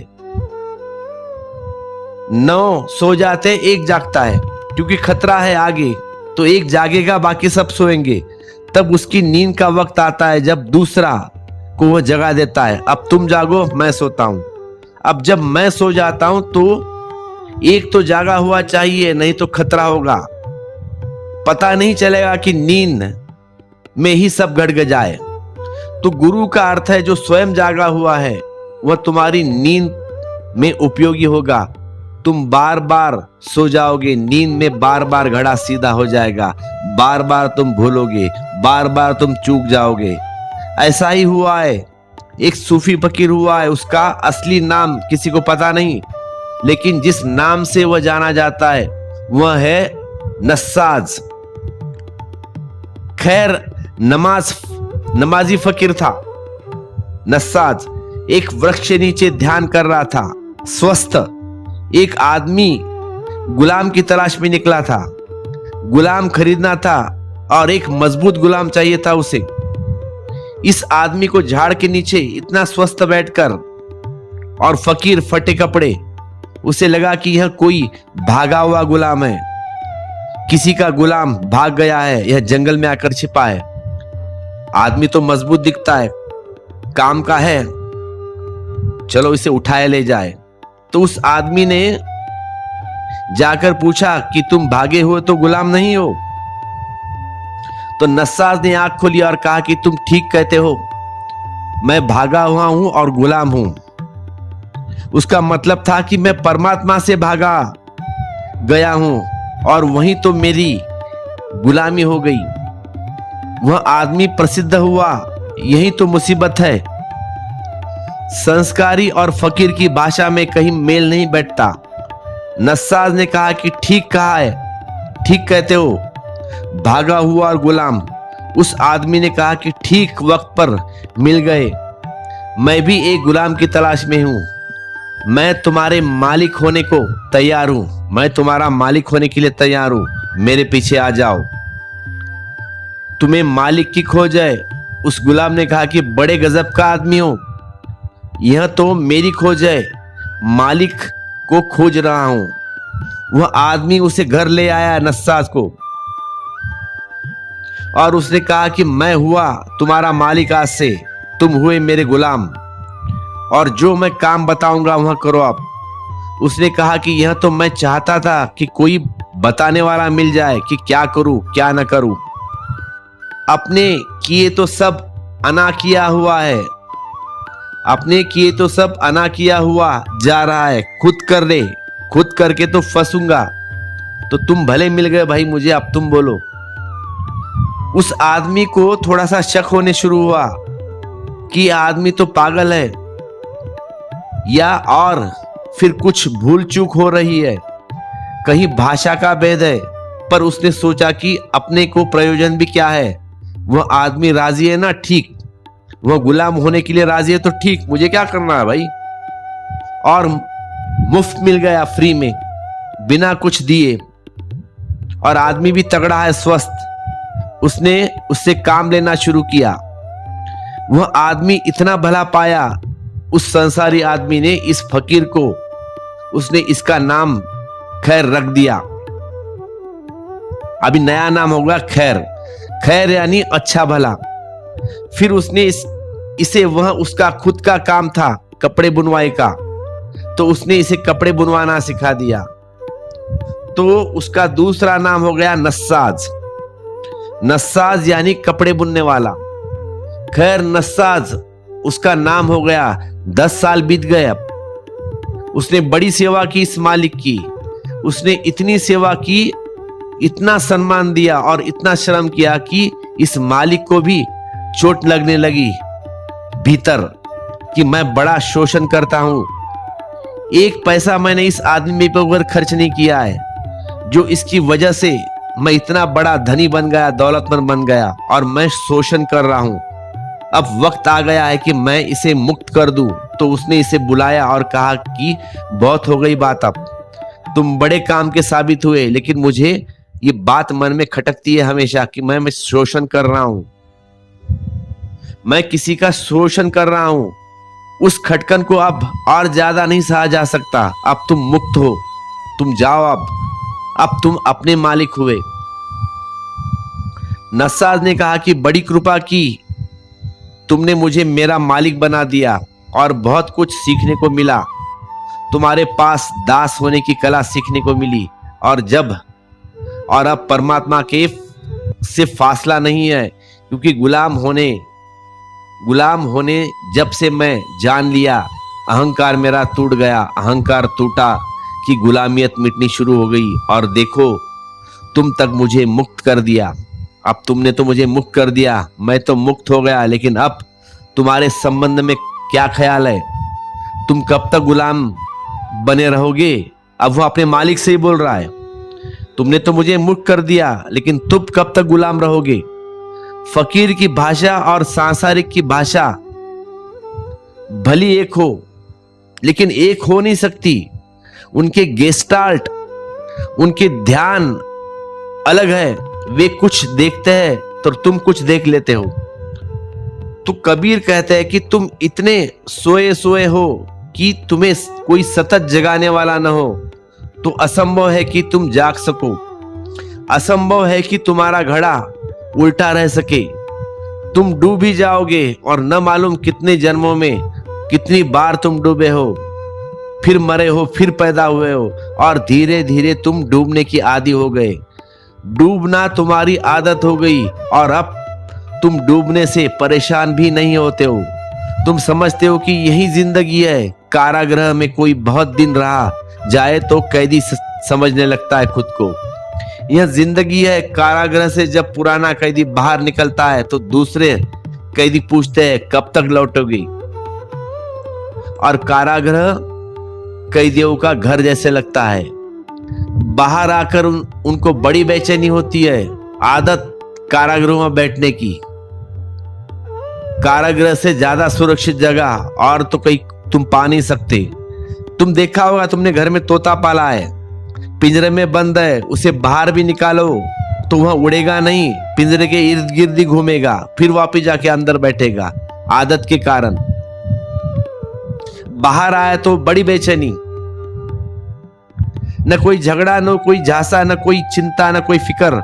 चारों तरफ पहरा, जैसे तुम सम्राट हो जाओ। बड़ी दीवार है कि कोई भीतर नहीं आ सके।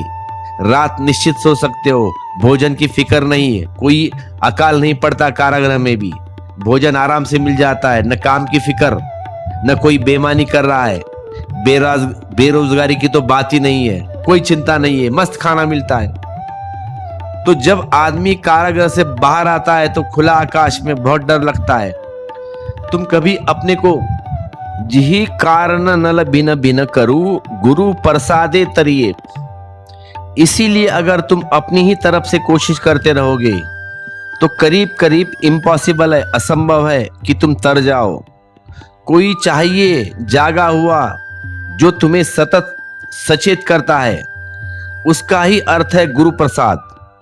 गुरु प्रसाद, प्रसाद इसलिए कि वह तुमसे कुछ लेता नहीं।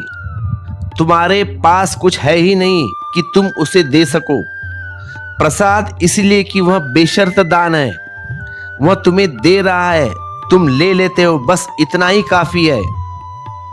कुछ और उत्तर में नहीं चाहिए। इसीलिए गुरु जो भी देता है वह प्रसाद है। तुम उसको कभी भी उत्तर चुका नहीं सकते। कहावत है पुरानी, पिता का ऋण चुकता जा सकता है, माँ का ऋण चुकाया जा सकता है, शिक्षक का ऋण चुकाया जा सकता है, लेकिन तुम गुरु का ऋण कैसे चुकाओगे? तुम क्या दोगे वापिस जिससे गुरु का ऋण चुक जाए? बुद्ध से उनके शिष्यों आनंद ने पूछा है कि हम क्या दे आपको कि हम ऋणी हो जाए। बुद्ध ने कहा कि तुम एक ही काम करो, तुम जाओ और सोए हुए को जगाओ, और कोई उपाय नहीं है। तो गुरु से ऋण होने का कोई उपाय नहीं है, इसलिए हम उसे गुरु प्रसाद कहते हैं, उसे प्रसाद कहते हैं।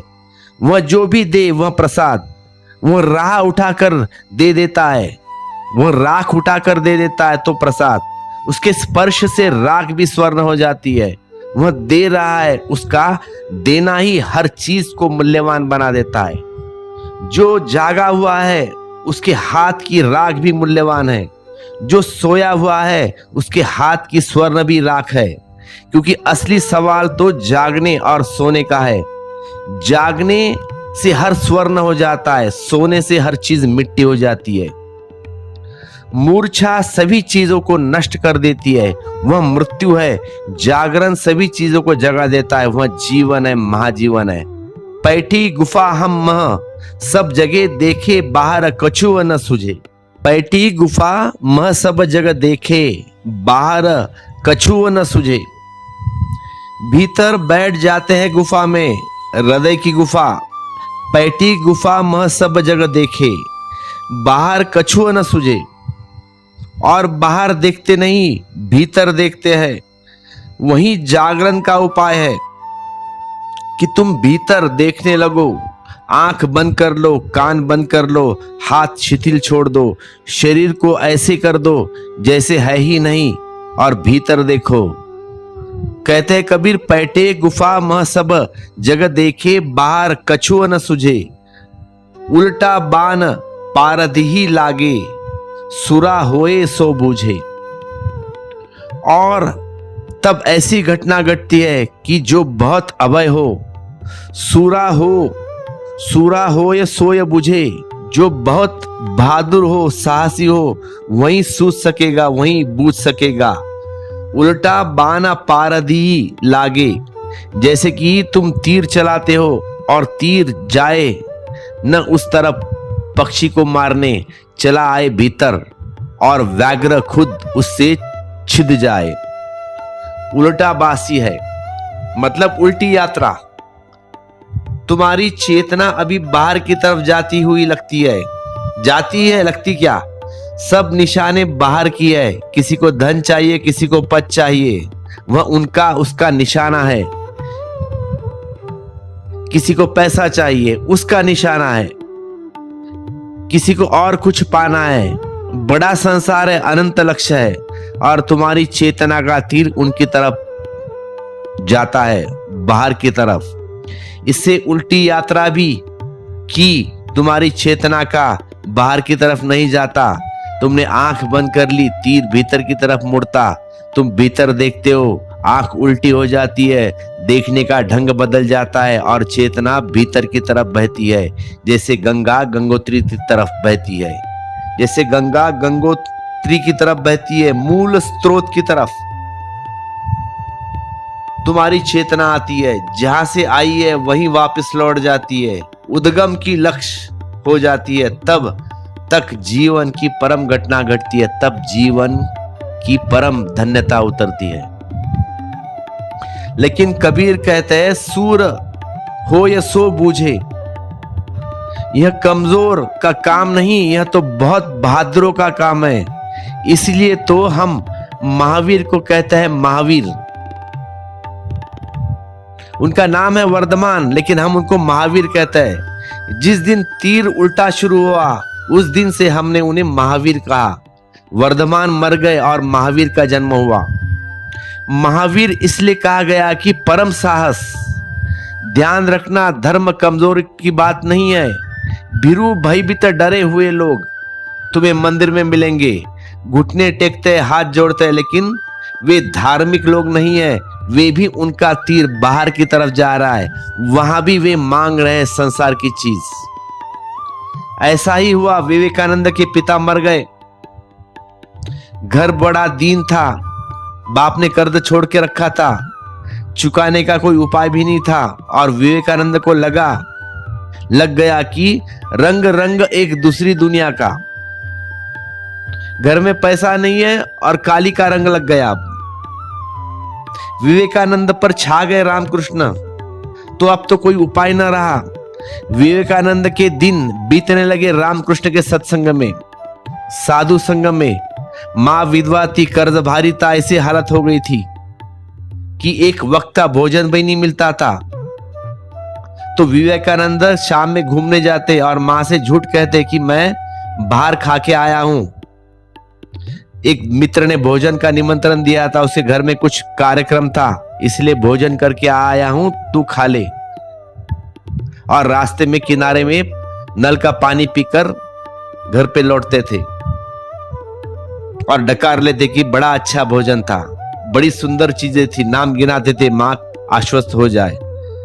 देखिए, विवेकानंद जी का जीवन बहुत दरिद्र में गया है। क्या करे, घर में खाना नहीं है तो पानी पी के गुजारा है उन्होंने।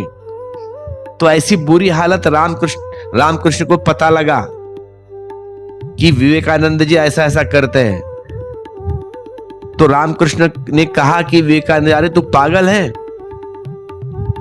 जा मां से क्यों नहीं मांगता, जा मंदिर काली माता से मांग ले, तुझे जो चाहिए वह दे देगी मां, क्यों नहीं मांगता तू। तो विवेकानंद जी भीतर गए, रामकृष्ण द्वार पर बैठे। 1 घंटा बीत गया, विवेकानंद जी बाहर आ गए। आंख से आंसू आ रहे थे बाहर। परम आनंद की घड़ी थी। रामकृष्ण ने कहा, मांगा मां से? विवेकानंद जी ने कहा कि अच्छी याद दिलाई, मैं तो भूल ही गया था। रामकृष्ण ने फिर भेजा अंदर। फिर 1 घंटे के बाद विवेकानंद बाहर आए, बड़े प्रसन्न होके। रामकृष्ण ने कहा, मांगा मां से? विवेकानंद ने कहा कि नहीं मांग सकूंगा, क्योंकि मां जब सामने खड़ी होती है तो मांगना कैसा, और क्या उसे पता नहीं परमात्मा से मांगना क्या? उस माता को मालूम नहीं है कि मुझे क्या चाहिए, और जो उसकी मर्जी है वह सही। उसकी मर्जी से हम ज्यादा समझदार नहीं हो सकते। उसने भूखा रखा है तो ठीक, उसकी मर्जी, अब मेरी नहीं, अब उसकी चलेगी। जो उसकी मर्जी, उसकी मर्जी। हमसे ज्यादा समझदार हम नहीं हो सकते मां से। अगर वह चाहती है, जरूरी है तो ठीक। तो जाता हूं भीतर, आप कहते हो, आपको भी इनकार नहीं कर पाता। भीतर जाकर धुन में लीन हो जाता हूं। ऐसा आनंद बरसता है कि मैं भूल जाता हूं कि मैं भूखा हूं। मुझे याद ही नहीं रह जाता कि क्या मांगू उस समय। तो रामकृष्ण ने कहा कि यही मैं सोचता था कि अगर तू मांग लेता तो मैं समझता कि तू संसारी है और धार्मिक न हो सकेगा। अगर तू मांग सके तो फिर इस रास्ते पर चल सकता है, न मांग सके तो, क्योंकि इस रास्ते पर तो वही चलता है, सुरा हो सो बूझ। हिम्मत है जिनकी साहस में अज्ञान में जाने की, अनजान में उतरने की, क्षुद्र को छोड़ने की, विराट में खोने की। सुर हो सो बूझे। गायन कहे, गायन कहे कहू नहीं गावे, अनमोल नित गावे। गायन कहे कहू नहीं गावे, आत है साधक, फिर भी गाता नहीं। वह गीत नहीं, वह कोई संगीत नहीं, एक आनंद का भाव है। गायन कहे कहू नहीं गावे, अनबोत नित गावे। और नहीं भी बोलता तो भी गीत चलता रहता है। ये उलट बासियां है। तुम गाते हुए पाओगे कि मीरा को, चैतन्य को और कबीर कहेंगे, फिर भी गाते नहीं। भीतर सब शांत है, एक शब्द नहीं उठता। तुम बुद्ध को और महावीर को बैठा हुआ पाओगे अनबोल, और कबीर कहेंगे गाते हैं, भीतर तो धुन उठती रही है, अनहद नाद बाजे। संत की जो स्थिति है वह इसी उलटबासी में छिपी है। संत बोलता भी है तो भी बोलता नहीं। तुम चुप रहते हो तो भी बोलते हो। चुप्पी ऊपरा ऊपरी होती है, भीतर तो बोल चले जाते हैं। संत बोलते हैं तो भी बोलते नहीं। बोलता ऊपरा ऊपर होता है, भीतर तो गहन चुप्पी है। संत चुप रहता है तभी बोलता है, लेकिन उसके चुप रहने में मग बोलने के ढंग है और है। तुम्हारे चुप रहने में बोलने का ढंग और है। संत चुप रहता है तब चुप्पी से बोलता है। तब वह तुमसे भी कह रहा है चुप हो जाओ। तब वह तुमसे भी कह रहा है जैसा मैं कहूं तुम हो जाओ, जैसा मैं कहूं तुम हो जाओ। तब वह तुमसे भी कह रहा है निमंत्रण है, द्वार खुला है, भीतर आ जाओ, चुप हो जाओ। और अगर तुम संत के पास चुप बैठ सको तो तुम सब सीखने लोगे, सब सीख लोगे जो सिखाने जैसा है। संत बोले तो भी वही बोलता है कि चुप हो जाओ। संत चुप है तो भी बोलता है कि चुप हो जाओ। मौन हो जाना द्वार है, सब भांति शब्द से मुक्त हो जाना विधि है। तो कबीरदास जी आगे कहते हैं, गायन कहे कहुए नहीं गौवे, अनबोल नित्य गौवे। नटवट बाजे पैखनी पैखे, अनहद हेत बढ़ावे।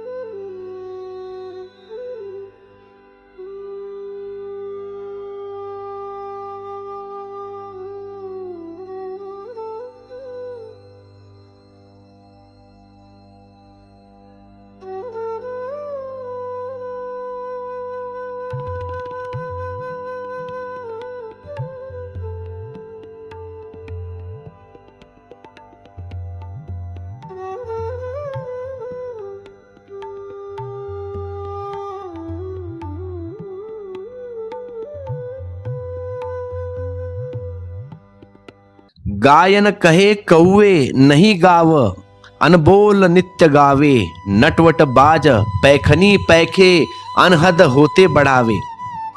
संसार को तो वह खेल की तरह लेता है।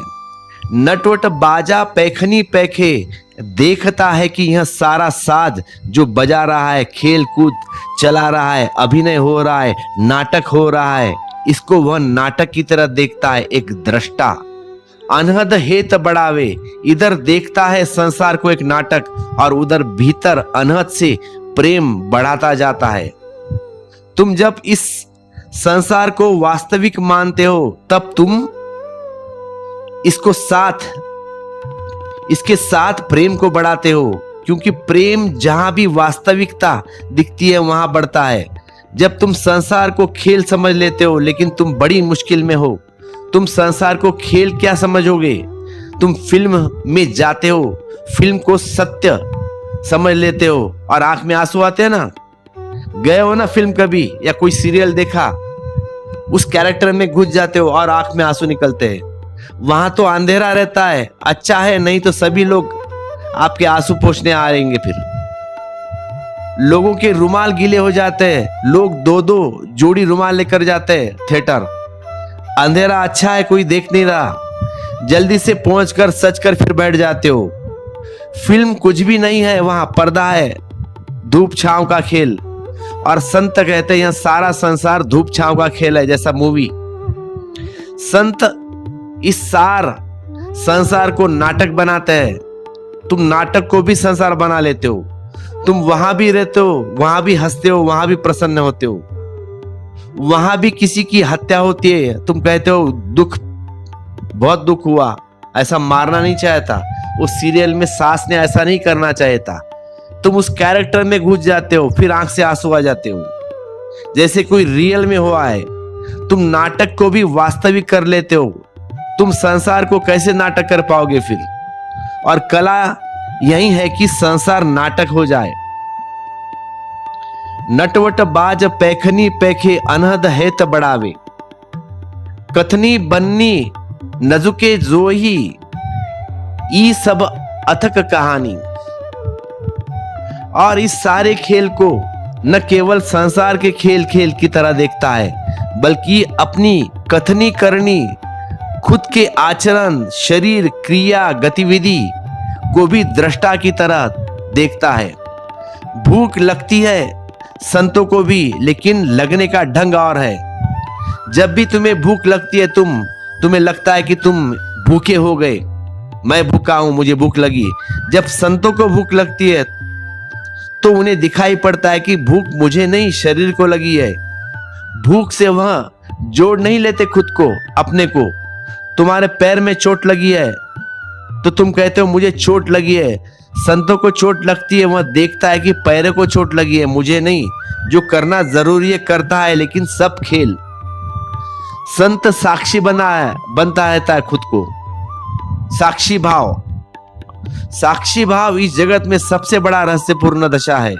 इसलिए कबीर कहते हैं कि कथनी बदनी नजुके जोहे, कथनी बथनी नजुके जोहे, नजुके जोहे अर्थात साक्षी हो जाए, सब देखे और साक्षी भाव से देखे। कोई भी चीज छुए ना, किसी भी चीज में बंधे ना, सबसे गुजर जाए, लेकिन अस्पर्शित रहे संसार में, लेकिन संसार को भी भीतर घुसने ना दे। संसार में हो और संसार का ना हो, यही तो साधुता का लक्षण है। ये सब अथक कहानी, और यह बड़ी अद्भुत कहानी है। वही नहीं जा सकती, वह कहा नहीं जा सकता, क्योंकि जिस दिन सारा संसार तुम्हें नाटक दिखाई पड़ने लगे, उस दिन तुम कैसे रहस्य लोक में प्रवेश न कर जाओगे। जिस दिन तुम्हारा खुद का जीवन भी एक पार्ट मालूम पड़ेगा, उस दिन तुम्हारे जीवन में कैसी चिंता, उस दिन तुम्हारे जीवन में कैसा कष्ट, कैसा संताप। तो आगे कबीरदास जी कहते हैं, ई सभा अथक कहानी, धरती उल्टी आकाशी बैठे, ई पुरखन की बानी। और जिन्होंने जाना, उन पुरखों की यह वाणी है कि धरती उल्टी होकर आकाश को बैंध देती है, तुम्हारी चेतना उल्टी होकर सारे संसार को बैंध देती है। बिना पिलाए अमृत अवेच, नदियां नीर भरी राखे, बिना पिलाए अमृत अचैव, नदिया नीर भरी राखे, कहिए कबीर सो जुग जुग जीवे, राम सुधारस चोखे। बिना पिलाए अमृत अचैव, और अमृत बरसता है, और ऐसा बरसता है कि तुम्हारे चारों ओर बरसता है। प्याले की भी जरूरत नहीं भरने की, तुम ही उसे भर जाते हो। बिना प्याले के अमृत अचैव, यह कोई प्यालियों में नहीं बरसता। जब बरसता है तब सब बांध तोड़कर बरसता है, तुम्हारे चारों तरफ से सागर की तरह हो जाता है। नदियां नीर भरी राखे, इस तरह बरसता है कि तुम्हारे भीतर नदियों जैसा भरा रहा है। जैसे आकाश में सब बरस होती है तो सूखी नदियां भी भर जाती है, ऐसा तुम्हारे भीतर जब बरसता है तब चारों तरफ से बरसने लगता है, पूरा भर जाते हो उससे तुम। कहिए कबीर सो जुगे जुगे जीवे, कहिए कबीर सो जुग जुग जीवे, और जिस पर यह अमृत बरस गया वह सदा जीता है, उसकी कोई मृत्यु नहीं, वह अमृत हो जाता है, वह अमर हो जाता है। राम सुधा रस चाखे, और अनंत अनंत सदा सदा परमात्मा के रस का स्वाद लेता रहता है। दो स्वाद है इस जगत में, एक स्वाद है शरीर का और एक स्वाद है आत्मा का। भोजन करते हो तब जो स्वाद मिलता है वह शरीर का स्वाद है, संभोग करते हो तब जो स्वाद मिलता है वह शरीर का स्वाद है। सुगंध आती है फूलों से तब जो स्वाद मिलता है वह शरीर का स्वाद है। एक और स्वाद है जो इंद्रियों से नहीं आता, जो इंद्रियों से नहीं मिलता, और वही स्वाद परमात्मा का है, लेकिन वह भी संभव होगा जब तुम्हारी गंगा सागर को ग्रस लग, जब तुम्हारे तीर तुम्ही को लगे, जब तुम्हारी गंगा उल्टी बहे, जब तुम उल्टी यात्रा पर निकल जाओ, वह तभी संभव है। आंधे घड़ नहीं जल बूंदे, सूंदे सौ जल भारिये, जी कारण नल भीन भीन करू, गुरु प्रसादे तरिये।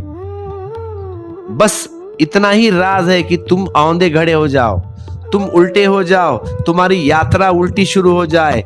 जिस दिन संसार का जल तुम में न भरेगा, उस दिन परमात्मा की वर्षा तुम पर हो जाएगी। सीधे घड़े में संसार भर जाएगा और तुम डूब जाओगे, इसलिए घड़ा उल्टा करो। बहुत बार तुम डूबे हो, चेतना जाना है, चेत जाना है, काफी समय हो गया, अब होश आ जाना चाहिए, अब होश आ जाना चाहिए। औंध घड़े नहीं जल बूढ़े, सूंदे सौ जल भरिए, कहते कबीर औंध न जल बूढ़े, सूंदे सौ जल भरिए, जही कार नल भीन भीन करू, गुरु प्रसाद तरिए। गुरु के प्रसाद से तुम तरते हो। आज इतना ही।